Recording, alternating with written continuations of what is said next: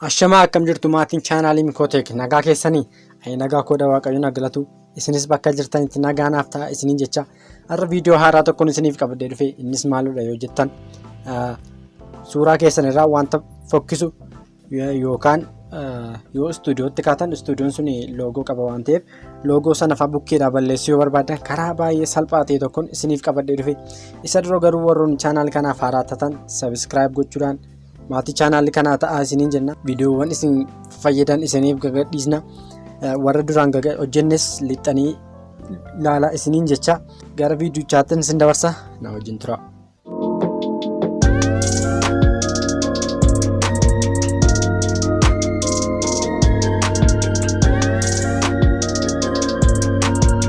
Tole suuraa keessan irraa wanta fokkisu balleessuudhaaf aappiin isin fayyadu aappii remover jedhu kanadha jechuudha.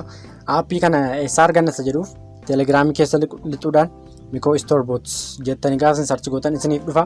Achi keessa lixanii aappiiwwan warra viidiyoo isaanii hojjenne isa jedhu keessa gaafa itti buutan achi keessaa argachuu dandeessu. Amma keessoo isaan lixeen isinitti agarsiisa. Kunoo jalqaba gaafa lixan egaa kunoo akkas isiniif fida.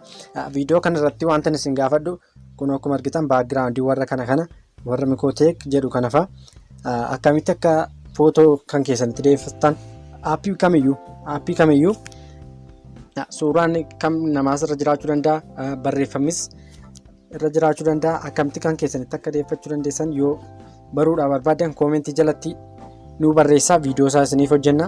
Amma gara kanatti gaafa lixan jalqabi kan jedhu kana cuqaastu. Sanaan booda suuraa filattu jechuudha. Suuraa wanta irraa balleessuu barbaadan sana filattu. Suuraa tokko filadheen isinitti agarsiisa.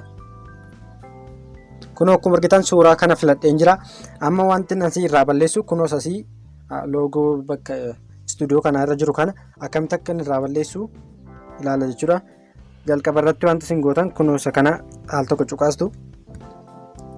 Sanaan booda ofitti butuudhaan iddoo balleessuu barbaadan sana ofitti butuudhaan inuma akkasii itti deddeebidu jechuudha.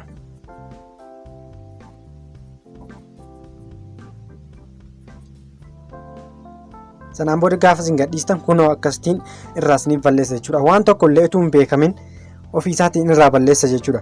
Waan tokko wanti wayii ture hin fakkaatu bifa bareedaa kanaan akkasitti irraa balleessa jechuudha. Yookaan immoo yoo kanaan dhiistanis mallattoo eda'u kanatti gaafa isin buutan kunoos fine remover kan jedhu kana itti buutu. Sanaan booda kunoos asii jalaa kana al tokko filattu jechuudha. See filattanii iddoo balleessuu barbaadan sanatti qassettanii suutattanii eeggattanii akkasitti naannestanii gadhiistu. Sanaan booda mallattoo kanatti buutu.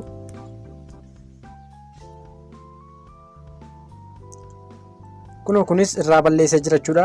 Karaa salphaa kanaan irraa balleessuu dandeessu. Har'a viidiyoon isiniif qabadee dhufe egaa seema kana fakkaata. Viidiyoo kana laayik godhaa, chaanaal keenya immoo sabiskiraayib godhaa isiniin jenna. Bor viidiyoo haaraa tokko isiniif qabadee nan dhufa. Boriitti nagaadhaan naa tura.